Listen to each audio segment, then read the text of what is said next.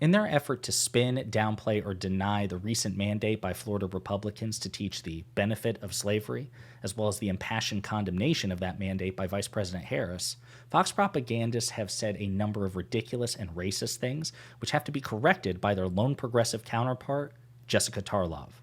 Intrigued? Then click that like, subscribe, and the alert bell, and maybe check out my Patreon, and enjoy the video.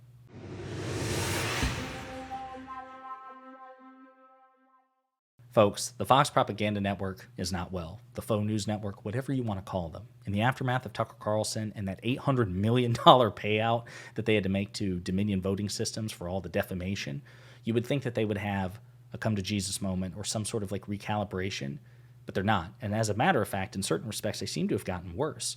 So as you know, there's a controversy going on with respect to the recent mandate by the Department of Education in Florida, led by Republicans, Ron DeSantis' state, that students be taught the benefits of slavery in their social studies class.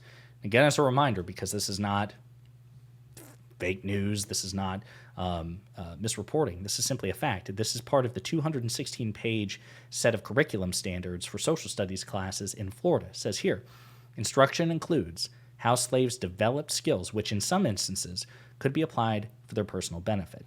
That's the position of the Republican-led Department of Education. It's preposterous, it's absurd, it's offensive. Well, Vice President Harris has given a number of impassioned criticisms of this mandate since the mandate was announced, at least a couple. And I want to play a clip here of a speech that she gave, which is excellent. And then the Fox Propaganda Network reacts to this and the mandate, and they say a number of ridiculous and racist things that we've got to unpack. So take it away, Madam Vice President. We fought a war to end the sin of slavery,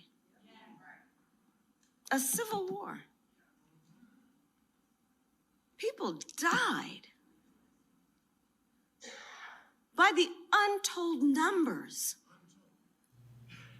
in that war, many of whom fought and died because of their belief that slavery was a sin against man, that it was inhumane, that it was not reflective of who we believe ourselves to be as a country, and certainly not reflective of who we aspire to be. So who then would dare deny this history? Let us not let these politicians who are trying to divide our country win. Because you see, what they are doing is they are creating these unnecessary debates. This is unnecessary to debate whether enslaved people benefited from slavery. Are you kidding me? Are we supposed to debate that? Actually, Madam Vice President, I would argue that the Republicans are trying to assert that it's not a debate. They're making the case, or they're asserting the position that it's an uncontroversial fact. So Jesse Waters, again of the Fox Propaganda Network of the Five, he had this to say on the matter. It says this right here. This is well documented among historians. This is historical fact that slaves did develop skills while they were enslaved and then used those skills as blacksmiths, as in agriculture, tailoring, in the shipping business, to then use to benefit themselves and their families once they were freed. That's not controversial. And it actually speaks to the resilience and the aptitude of the enslaved African Americans who were at the time able to better themselves and able to improve their situation, despite brutal conditions. That was clumsy, awkward, and absurd. So what Jesse Waters tried to do there was basically they pulled themselves up by their bootstraps sort of, classic, wildly insensitive, wildly ahistorical notion of individual resilience or whatever. That's basically what he's saying. Enslaved people were able to pull themselves up by their bootstraps just by being enslaved. It's so disgusting, right? But notice how he says, to him it's not a debate. It's an uncontroversial established fact. That is Jesse Waters' position. It's the position of many other Republicans as well. And again, even if that's your view, even if you think that, why? If you think that that's a fact, why do social study classes in Florida? Why are they mandating that, again, of the tens of millions or hundreds of millions or potentially billions, I don't know, literally incalculable, because a fact occurs every second, right, and throughout the course of human history. Why would that be a fact that the Republican Florida Department of Education feels has to be emphasized, that they have to go out of their way, they have to cherry pick that fact and make sure the students know it? If you think it's a fact, why? The only reason to do that would be to sanitize, to whitewash, to provide nuance to slavery. Slavery's nuanced, you see. There's some nuance there. It's not. It's an incontrovertible, objective evil as far as American standards of morality are concerned, or should be. It should be uncontroversial. This is another clip on the Five, and this is a conversation that, again, the lone progressive voice on the Five, Jessica Tarlov, who is amazing. I do not envy her position. She's so good at what she does. This is what she has to say about what the Fox propagandists have to say about what Vice President Harris has to say. Do you think that she read the whole thing and just decided to cherry pick something? I do think that she read the whole thing, and I think that it's an incredibly complex piece. When you look at the 191 passages, you have some good, and frankly, I'm just fundamentally uncomfortable with the sentence that blacks benefited at all from this.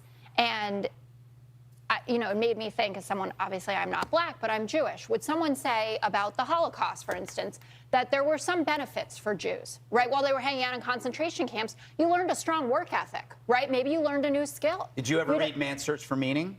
Vic Frankl talks about how you had to survive in a concentration camp by having skills. You had to be useful. Utility kept you alive. But we're also talking about middle schoolers here. And there's a lot of concern about what age people are prepared to understand complex issues. I'm not sure that 12 is the right age to start hearing things like, and when you were enslaved here in America. What about gender?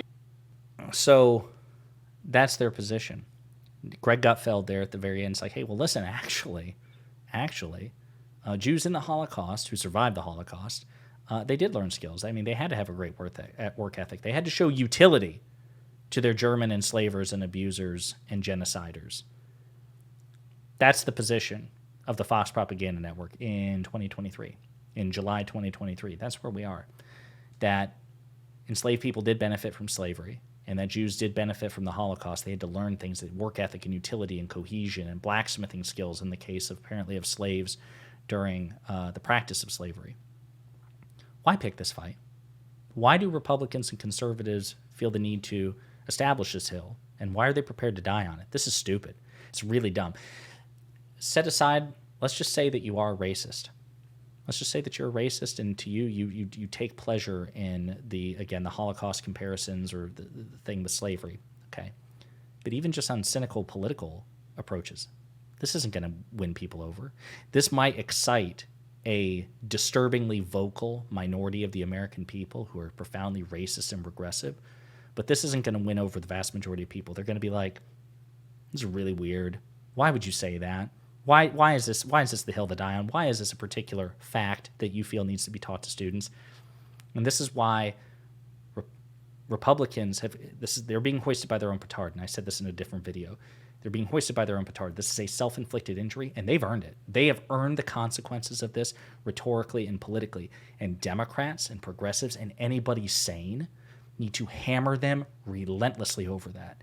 They need to hammer them relentlessly over it. They need to constantly make this the talking point until the Florida Republican Department of Education rescinds this mandate and apologizes, and any Republican surrogate or politician who has defended it or not outright condemned it, they also need to pay a political price.